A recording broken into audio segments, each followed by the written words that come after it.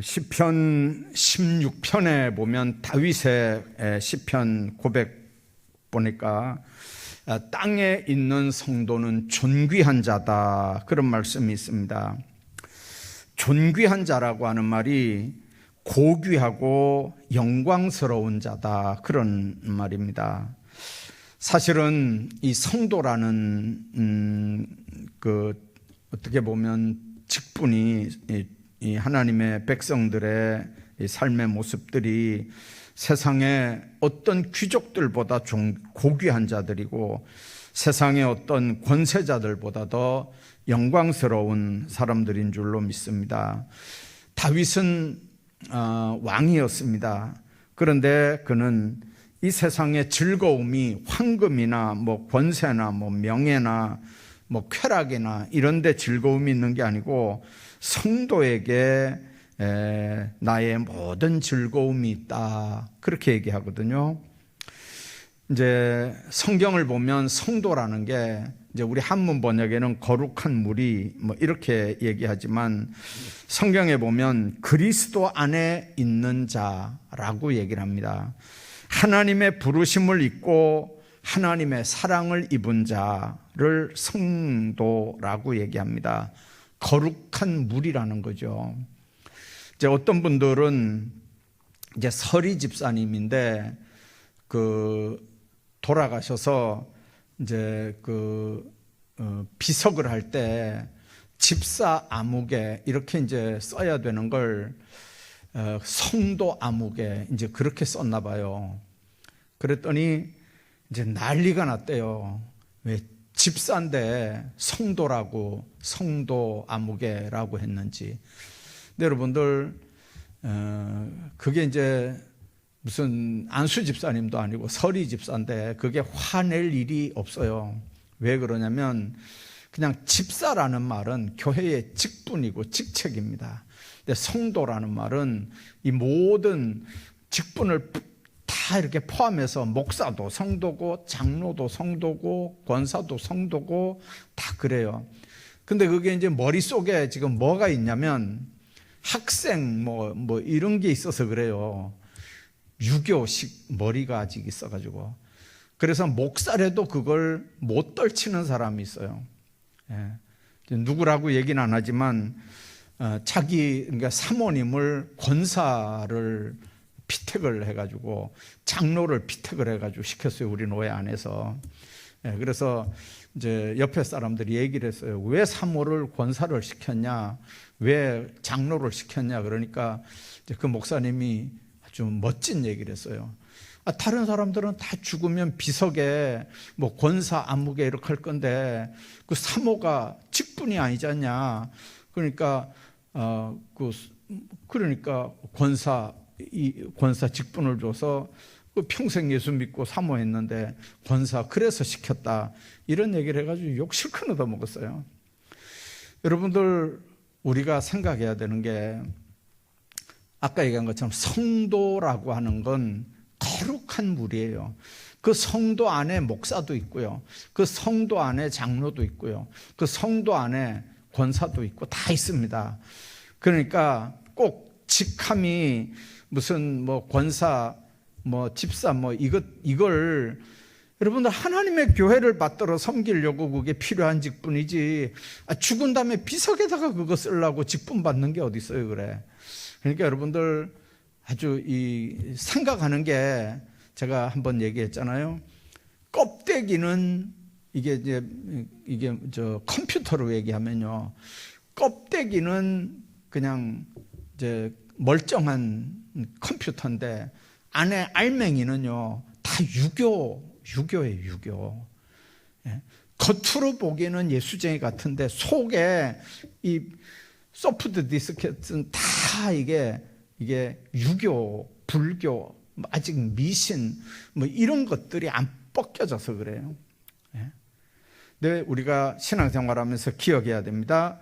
우리는 거룩한 무리들입니다. 주님께서 이 데살로니가 후서 1장 10절에 보면 이랬습니다. 장차 주님이 다시 오실 때 그 영광 중에 들림받을 자가 성도라고 그랬어요. 주님이 다시 오실 때 영광 중에 들림받을 자가 목사다, 장로다, 권사다 이래 안 하고 그게 성도라 그랬다고요. 그러니까 이 성도가 하나님 앞에 얼마나 존귀한 자고 얼마나 영광스러운 자인지 우리가 생각해야 됩니다. 그런데 이 성도가 되려고 하면 그냥 거룩한 물이냐? 여러분들, 도자기가 그냥 도자기 되는 거 아니잖아요. 좋은 흙을 이렇게 가져와야 돼요. 이제 그 얘기 들어보면요, 고령 쪽에서 나는 흙이 아마 제일 좋대요. 뭐 다른 데 또 있는지 모르겠는데 제가 들은 얘기는 고령 쪽에서 나오는 고령토라는 게 아주 유명한 흙이 있는가 봐요. 고령토가. 이제 그 흙을 갖다가 얼마나 차지게 반죽을 하는지요. 잘 반죽을 해가지고 그리고 이제 모양을 만들잖아요. 만들기만 하면 되는 거 아니거든요. 응달에 이렇게 말립니다. 그리고 약을 칠하고요. 그림을 그립니다. 그리고는 또 말린 다음에 안에 염료를 뿌리고 뭐 이렇게 다 해놓고는 나중에 이제 불가마 속에 집어넣잖아요. 그 불가마 속에서 그냥 며칠을 그 뜨거운 뭐 1600도인가 뭐 몇천 도가 되는 그런 불가마 속에서 며칠을 불을 뗀 다음에 나중에 이렇게 끌어내면 저도 보니까요, 그 속에서 견디지 못하고 이 온기가마가 다 이렇게 누그러졌더라고요. 이렇게 녹아가지고 다 이렇게 우그러진 게 막 나오고요. 겉으로 보기에는 멀쩡한데 뭐 이렇게 톡톡 때려보니까 뭐 돌소리가 나네, 무슨 소리가 나네 하면서 그 멀쩡한 걸 망치로 그냥 딱 때려 깨버리더라고요. 그게 뭐가 문제가 있는 건가 봐요. 자, 그러면서 거기서 엄선된 것만 이렇게 상품으로 이렇게 내보내는 거거든요. 이제 김치 항아리를 만드는데 제가 가봤는데 그렇게 하더라고요, 보니까요. 발로 이렇게 돌려가지고 모양을 만들고 색을 칠하고 뭐 염료를 입히고 다 해서 나중에 불에다 구웠는데 보니까요, 나올 때 보니까 막 찌그러진 게 얼마나 많이 나오는지 몰라요. 그렇게 나와야 이제 그게 제대로 물건이 되는 거거든요. 우리 성도들도 그냥 되는 거 아니에요. 그냥 되는 게 아니라 성경에 보면요, 한 4단계를 거치는 것 같아요. 그래서 오늘 우리가 다 구원받고 하나님의 자녀 됐으니까 당연히 우리가 거룩한 무리들이 성도들이지만, 이제 여러분들이 기억해야 되는 건 내가 성도면 내가 만나는 옆에 사람들도 지금 이렇게 돼가는 과정에 있는 사람들이에요. 그렇기 때문에 도와줘야 되고, 믿음이 이렇게 앞에 있는 사람들은 믿음이 약한 사람들을 이렇게 믿음이 성장할 수 있도록 여러분들 도와줘야 돼요. 그래서 믿음의 단계들을 여러분들이 한번 점검할 수 있는 시간이 되길 바랍니다. 첫째는, 제일 먼저 첫 번째 단계는 회개를 체험해야 돼요. 예수님께서 공생에 들어오면서 제일 먼저 했던 설교가 회개하라, 천국이 가까웠느니라 그랬어요. 세례 요한도 회개하라, 천국이 가까웠느니라 그랬고요. 이제 세례 요한이나 예수님이 첫 설교를 다 회개하라고 한 말씀에 의미가 있습니다. 자, 베드로도 그랬습니다. 오늘 본문에 있는 말씀 보니까 오순절날 성령 세례 받은 다음에 예루살렘에 모인 무리들에게 담대하게 복음을 전했습니다. 그런즉 이스라엘 온 집이 정령이 알라, 너희가 십자가에 못 박은 예수를 하나님이 우리 주와 그리스도가 되게 했느니라 그랬습니다. 너희들이 십자가 못 박아 죽인 예수를 하나님이 주와 그리스도가 되게 했다 이랬어요. 그 설교를 들은 사람이 마음에 찔림을 받았습니다. 하나님의 말씀이 좌우에 날선 어떤 검보다도 예리하기 때문에 하나님의 말씀이 들어가면 심령이 찔러지는 역사가 있습니다. 양심의 가책을 받는 역사들이 있습니다. 그게 성령의 역사인 줄로 믿습니다. 그래서 형제들아 어찌할꼬 회개도 했고요. 그 말씀이 들어가니까 스데반 같은 사람을 잡아 죽이는 거예요. 그래서 말씀을 들을 때 언제든지 두 가지 반응이 나타납니다. 말씀이 똑바로 들어가면요, 어찌할꼬 회개도 하고, 아니면 말씀 전하는 사람을 잡아 죽이기도 합니다. 구약 성경에 보면 많은 선지자들이 그래서 감옥에 가고, 그래서 두들겨 맞고, 그래서 고난을 당했습니다. 말씀이 살아 역사하면 심령, 관절, 골수를 찔러 쪼개는 역사가 있는 줄로 믿습니다. 그러니까 회개라고 하는 건 천국의 입문입니다. 우리가 예배당 들어오려면 예배당 문을 안 거치고 들어올 수 있는 방법은 없지 않습니까? 천국 가려면 회개 안 하고 천국 갈 수 있는 방법은 없어요. 회개라는 문을 통과하지 않고는 못 갑니다. 그래서 예수님이 제일 먼저 말씀하신 게 회개하라, 천국이 가까웠다는 겁니다. 자, 우리가 이제 회개라고 하는 말을 제가 몇 번 말씀을 드렸는데, 이게 잘못 생각하면 내가 도둑질 했으니까 아이고 하나님 잘못했습니다, 다시 도둑질 안 하겠습니다, 이제 이런 걸 우리가 회개라고 생각하죠. 그런데 회개라고 하는 말, 이제 한문으로만 생각해서 그래요. 한문이 회자가 뉘우칠 회자거든요. 개자가 고칠 개자입니다. 그러니까 뉘우치고 고치는 게 회개라고 한문은 그렇게 이제 번역이 돼요. 그런데 헬라어에는 메타노이아라고 되어 있습니다. 이 메타라고 하는 말은 고친다는 말이고요, 노이아라고 하는 말은 노스라고 하는 말에서 왔는데, 그 노스라는 게 마음이라는 거예요. 그러니까 마음을 고친다, 그 뜻입니다. 그러니까 어떻게 고치느냐? 부정적인 생각에서 긍정적인 생각으로, 나 중심의 생각에서 예수 중심의 생각으로, 육의 생각에서 영의 생각으로 생각을 뜯어 고치는 거예요. 그리고 이건 방향 전환을 의미하는 겁니다. 가던 길을 돌이켜서 길을 바꾸는 거예요. 사망에서 생명으로, 저주에서 축복으로 이 방향을 바꾸는 거예요. 여러분들, 신학적인 의미에서 이 회개라고 하는 개념은 이제 죄를 고백할 뿐만 아니라 죄에서 이렇게 돌아서는 거거든요. 그래서 죄를 뉘우치고 고백했으면 이제 죄를 버리고 죄에서 떠나서 하나님께로 돌아와야 이게 진정한 회개가 되는 겁니다. 데살로니가전서 1장 9절에 보면 너희가 어떻게 우상을 버리고 하나님께로 돌아와서 사시고 참되신 하나님을 섬긴 것을 안다, 그렇게 얘기합니다. 그러니까 데살로니가 교회 교인들은 원래 우상 섬기던 사람들입니다. 자, 우상 섬기던 사람들이 이제 죄를 깨닫고 말씀 받고 죄를 깨닫고 회개하고 하나님 앞에 이제 돌아온 거예요. 우상을 다 불지르고 이제 우상을 떠나서 하나님 앞에 돌아왔습니다. 그래서 하나님만 섬기게 됐습니다. 여러분들, 우상 숭배했다는 말이 뭔 말입니까? 도둑질했다는 말이 뭔 말입니까? 죄를 범했다는 얘기잖아요. 그 죄의 아비가 누굽니까? 마귀입니다. 죄를 짓게 한 거는 성령이 인도하셔서, 성령이 강권적으로 역사하셔서 죄 짓게 하는 거 아니거든요. 죄를 지었다는 말은 마귀가 생각도 행동도 주장해서 죄를 짓게 한 거예요. 그러면 죄를 지었다는 말은 일단 마귀에게 쓰임을 당했다는 얘기예요. 죄라고 하는 게 뭡니까? 우리는 도둑질한 거 그것만 죄인 줄 아는데, 도둑질 그거보다 더 무서운 게 뭡니까? 마귀에게 꼬임을 받고 마귀에게 쓰임을 받았다는 거예요. 그러면 고침을 받는다는 말은 뭔 말입니까? 다시는 도둑질 안 한다, 그거보다 다시는 마귀에게 꼬임도 안 받고 마귀에게 쓰임을 안 받는다, 그 말이에요. 여러분들, 도둑질 안 해도요, 마귀와 관계를 끊지 않으면 그러면 나중에 간음해요.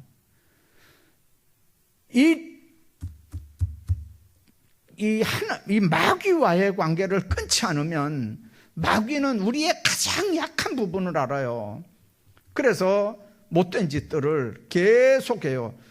이 문제, 예를 들어 부모 공경 안 하면 뭐 거짓말하고, 거짓말 안 하면 살인하고, 살인 안 하면 간음하고, 간음 안 하면 도둑질하고, 뭐 탐욕 품게 하고, 주일범하게 하고, 계속 이렇게 이 마귀가 우리를 다스리고 마귀가 우리를 지배하는 이 구조가 끊어지지 않으면 모양만 다르지 언제든지 우리는 죄 아래 살게 돼 있어요. 그러니까 회개하라는 말은 하나님, 내가 도둑질했습니다. 잘못했습니다. 용서해 주십시오. 다시는 도둑질 안 하겠습니다. 근데 마귀하고 관계가 안 끊어지면 도둑질 안 할 수 있는데 그 다음에 간음한다니까요. 그러니까 정말 회개는 뭡니까? 돌아서는 거예요. 어디서? 죄의 아비인 마귀에게서 돌아서는 거예요. 마귀의 미혹에서 돌아서는 거예요. 마귀의 꼬임에서 돌아서는 거예요. 마귀에게 다시는 쓰임 안 받는 거예요.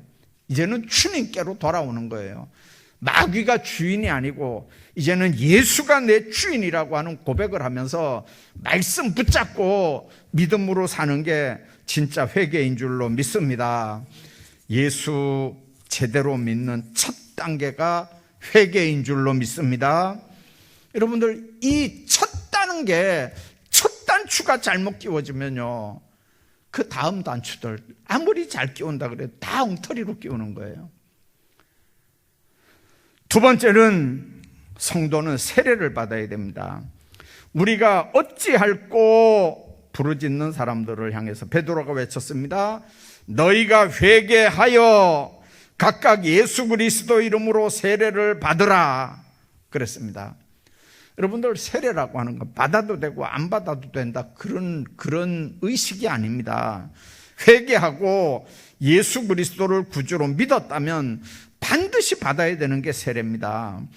마가복음 16장 16절에 예수님 그랬습니다. 믿고 세례를 받는 사람은 구원을 얻을 것이요 믿지 않는 자는 정죄함을 받으리라 그랬습니다.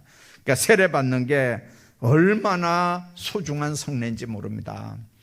실제로 이렇게 이제 신방 가고 성도들 이제 상담하다 보면, 아이고 목사님, 난 아직도 뭐 술도 먹기 때문에 나 세례 못 받아요.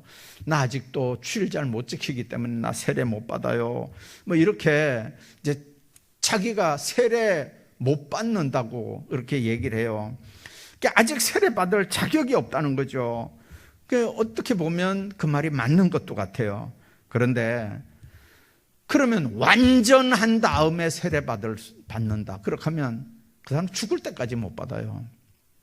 예. 여러분들, 어떻게 우리가 완전해집니까? 여러분들, 신구약 성경에 이렇게 보면 그 세례라는 게 그렇잖아요.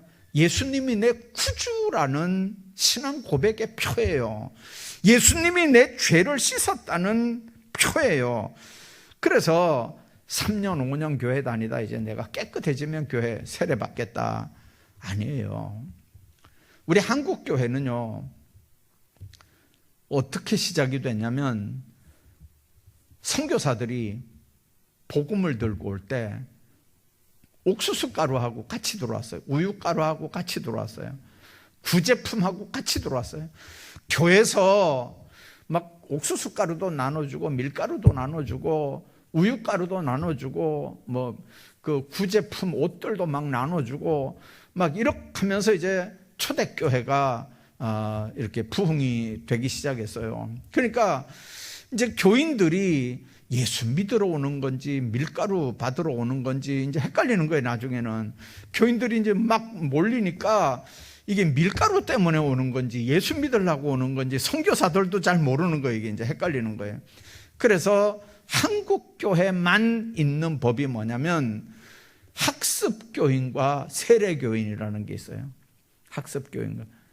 지금 우리 교단에서는 없어졌어요. 학습교인이 없어졌는데 아직도 학습교인이 있는 교단들이 있어요.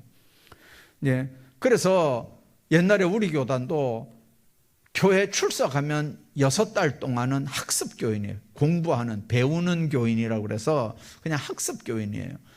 그리고 이제 학습 받은 다음에 6개월 되면 학습을 줘요. 그리고 학습 받은 다음에 또 열심히 교회 출석하면 1년이 지나야 세례 받을 수 있는 자격을 줬어요. 근데 여러분들, 그 우리나라에서 만든 법이고요. 우유가루 때문에 만든 법이에요, 그거는요. 근데 성경을 보면 사도행전 16장에 보면 자주장사 루디아, 구스 넷이 사도행전 8장에 이런 빌립을 통해서 전도받은 사람들 보면 예수 믿고 신앙 고백하는 그 자리에서 바로 세례 줬던 걸 우리가 보잖아요. 빌립보 감옥에 갇혔던 바울도 그 간수 집에 가서 바로 세례 베풀었잖아요. 그러니까 무슨 6개월이 돼야 세례 주고 1년이 돼야 세례 주고, 그거는 성경적이 아니에요. 우리나라의 하도 밀가루 때문에 이제 구분이 안 돼가지고 그래서 만들어 놓은 법이고, 예수 믿고 구원받았다고 고백하면, 내가 예수 믿는다고, 예수님이 내 죄를 위해 십자가에 못 박혀 죽으셨다고 고백하면 바로 6개월 안 되고 1년 안 돼도 바로 세례 줄 수 있는 줄로 믿습니다.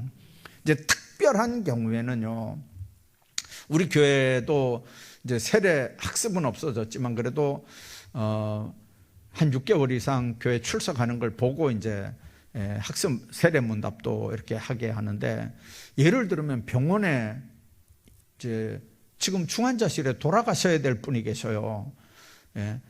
이제 본인도 죽는 걸 알아요. 의사도 가족들도 다 이제 죽는 걸 알아요. 자, 그러면 본인이 나 예수 믿겠다. 이제 신앙 고백도 하고, 나 예수님이 나를 위해 십자가에 못 박혀 죽으셨다. 이렇게 신앙 고백하면, 여러분들 교회 한 번도 안 왔어도요, 세례 줘야 되는 줄로 믿습니다. 그렇잖아요. 예수 믿는다는데, 금방 죽어가는데 세례 줘야 될 거 아니에요. 세례 줘야 돼요. 1년 안 됐기 때문에, 교회 출석 한 번도 안 했기 때문에 세례 못 주겠다 이렇게 하면 안 돼요. 세례는 죄 씻음 받은 표예요. 세례, 씻는 예식이잖아요. 죄 씻는 예식이에요. 그렇기 때문에 주님 안에서 우리가 그 세례 받는 사건을 너무 교회의 이 규례에 얽매이면 이제 문제가 생깁니다. 자, 마태복음 3장 16절에 보면 예수님이 요단강에 세례 받을 때 받고 이제 물에서 올라오는데 하늘 문이 열렸어요. 그리고 성령께서 비둘기 같이 예수님 머리에 임했어요. 그리고 이는 내 사랑하는 아들이요 내 기뻐하는 자라고 하는 하나님의 음성이 들렸어요. 세례 받으면 하늘 문이 열리고 심령의 축복의 문이 열리는 줄로 믿습니다. 온유하고 겸손한 성령께서 비둘기같이 그 심령 속에 임재하고요, 이는 내 사랑하는 아들이요 내 기뻐하는 자라고 그 마음에 평강을 주셔요. 내가 하나님의 자녀라고 하는 확신을 갖는 줄로 믿습니다. 제가 군대에 있을 때 연대 본부에서 군종사병을 했어요. 근데 심지어 연대 군종사병한테도요, 어떨 때는 모르겠어요. 이제 군종사병, 저는 조수를 했으니까 그 사수한테는 이제 그때 사수가 연대 군목이 대위가 하나 있고 그 밑에가 이제 진짜 군종사병 제대 한두 달 남겨놓은 하사가 한 명 있었어요. 이제 그 사람이 군종이고 저는 이제 조수였어요. 근데 어느 날 아침에, 주일날 아침에 막 한 9시 반쯤 됐는데 막 비상나팔이 막 불러지는 거예요. 그러니까 막 방송이 뭐라고 나오냐면 선착순 100명 이렇게 하고 나오는 거예요. 선착순 100명. 그러니까 막 내 목 안에서 막 다다다다닥 튀나가는 거예요. 막 대충 옷 입고. 그래서 막 쫙 하니까 1번부터 100명까지 딱 끊고 가가지고 그 100명은 외출복 갈아입고 다시 집합 이렇게 하는 거예요. 그러니까 이제 그 100명이 아주 이제 외출, 주일날 아침이니까 어디 놀러 이제 외출 가는 줄 알고, 어디 이제 그 문선대 같이 이렇게 뭐 가수들 와가지고 노래하고 뭐 이렇게 하는데 이제 그런 데 가는 줄 알고 기분 좋게 이제 옷 외출복 갈아입고 막 구두 막 반짝반짝하게 해가지고 그렇게 해가지고 이제 몇 분 후에 운동장에 100명이 딱 집합하는 거예요. 근데 어디로 가냐면요, 사단으로 가는 거예요. 사단으로 가는데 왜 가냐면 세례 받으러 가는 거예요. 세례 받으러. 그러니까 사단에서 세례를 1000명 줘야 되는데 사단에서 세례를 1000명 줘야 돼요. 그러니까 각 부대마다 연대마다 200명씩 200명씩 200명씩 할당을 하는 거예요. 그러니까 각 연대에서 200명씩 막. 그러니까 어떤 녀석은 그래요. 난 군대 오기 전에 세례 받았는데요. 그럼 임마 받으면 또 받아 막 이렇게 하는 거예요. 그래가지고 어떤 사람은 군대에 있을 때 세례를 3번 받은 사람도 있대요. 어떤 사람은 예수도 안 믿는 사람이 그냥 졸지에 거기 끌려가가지고 세례 받은 사람도 있어요. 근데 놀라운 거는요, 그렇게 세례 받았으면 그게 뭐예요? 예수도 안 믿는 사람이 군대에서 세례 받은 거잖아요. 그냥 자기 의미도 몰라요. 세례가 뭔지도 몰라요. 그냥 무조건 세례 받은 거예요.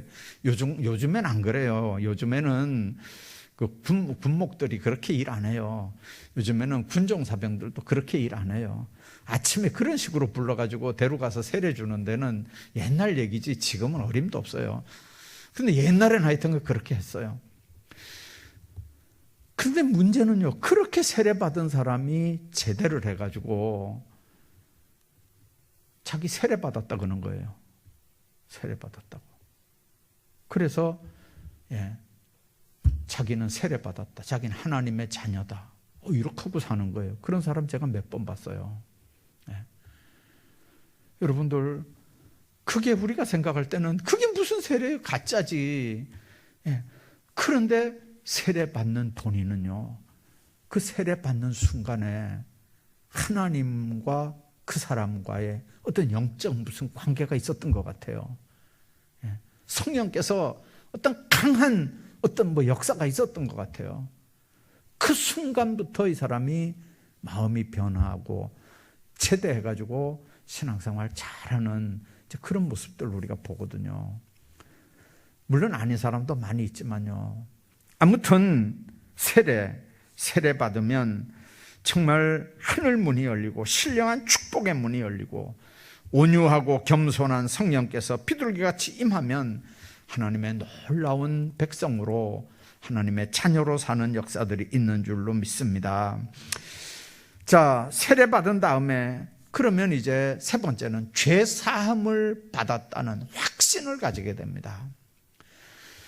자, 처음에는 우리가 하나님의 자녀 회개했고 세례 받았으면 이제 죄 사함을 받는다. 회개하고 세례 받으면 죄 사함을 받는다. 이게 이제 기본적인 신앙의 자세입니다. 이 죄 사함을 받는다는 게 인간의 노력으로 되는 거 아니잖아요.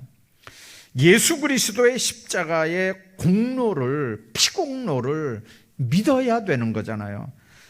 자, 로마서 3장 23절에 그랬습니다. 모든 사람이 죄를 범했음에 하나님의 영광에 이르지 못하더니 그리스도 예수 안에 있는 구속으로 말미암아 하나님의 은혜로 값없이 의롭다 하심을 얻은 자가 됐느니라. 그렇게 말씀합니다. 값없이 하나님의 은혜로 값없이 의로우심을 입었다는 거죠. 그걸 신학적인 용어로 칭의라고 얘기합니다. 의롭다고 부른다는 거예요. 일컫는다는 거죠. 내가 아직 의로운 사람이 안 됐는데 그리스도께서 나를 보시고 죄인들을 향해서 너는 의인이다 이렇게 불러주신다는 거예요. 뭘 보고? 우리가 예수 믿는 중심을 보시고. 그래서 의롭게 우리가 살아가려고 이렇게 몸부림을 쳐도 안 되는 거지만, 그러나 죄사함을 받고 성령 하나님이 이제 우리 속에 임재하시면, 조금 이따 성령 세례 얘기합니다만은, 이제 그렇게 되면 우리 삶이 내가 수고한다고 되는 게 아니고 성령께서 내 생각을 바꿔 가시고 내 삶을 바꿔 가시고 내 인생을 바꿔가시는 역사가 있는 줄로 믿습니다. 그래서 말의 능력, 성령의 은혜를 통해서 이렇게 변화되게 되고요. 성령의 형상으로, 그리스도의 형상으로 자꾸 이렇게 바뀌어 나가게 됩니다. 그래서 우리를 의롭다고 인정해 주시면 누구도 우리를 죄인이라고 할 수 없고 정죄할 수 없는 상황, 그런 자리에까지 가게 됩니다. 어떨 때 이제 식당에 이렇게 가보면요, 먼저 와서 밥 먹는 사람들이 이렇게 있어요. 이제 우리 신방하다가 이렇게 뒤에 가서 이제 우리도 한 자리 잡아서 이렇게 식사하다가 이렇게 보면요, 저 사람은 장로님 아니면 목사님이겠다. 저 사람은 권사님이겠다. 이렇게 싶은 사람들이 있어요. 근데 우린 뒤에서 이제 음식 나오고 기다리다가 이제 나중에 우리 밥 먹을 때 이렇게 보면 아니나 다를까 그쪽에서 하는 얘기들이 이렇게 우리한테 들려요. 그러면 뭐 목사님 뭐 어쩌고 권사님 이렇게 하는 소리가 들려요. 딱 봐도 예수쟁이들은요, 표가 난다니까요. 권사님들은 이렇게 딱 봐도 권사님 같아져요. 딱 봐도 장로님들은 장로님 같이 보여요. 이게 얼마나 하나님 앞에 감사한 일인지 몰라요. 우리가 회개하고 세례받고 그리고 죄사함 받으면 우리 삶의 모습이 자꾸 바뀌어지는 줄로 믿습니다. 사람의 외모도요, 옛날에 너무 못 먹을 때는요, 사람이 빼짝 마르고 새까맣잖아요. 눈만 톡 튀어나오는 게. 근데 잘 먹으면요, 그 새까만 티가 없어져요. 뿌얘져요. 그리고 살이 퉁퉁 쪄요. 그리고 아주 얼굴도 훤해지고요. 사람은 외모도 달라져요. 육신만 그런 거 아니에요. 하나님의 백성들이 하나님의 영, 성령으로 충만해지면 풍겨 나오는 그런 품격들이, 인격들이 달라지게 돼 있다고요. 그래서 딱 봐도 첫눈에 저 사람은 권사구나, 저 사람은 장로님이구나, 금방 이렇게 딱 보면 알게 돼 있어요. 여러분들, 우리가 하나님 안에서 이렇게 죄 사함을 받으면 하나님의 백성들답게 이렇게 아름다운 마음의 평강도 있고 기쁨도 넘치는 그런 삶의 모습들이 있는 줄로 믿습니다. 마지막에는 성령 세례를 받게 됩니다.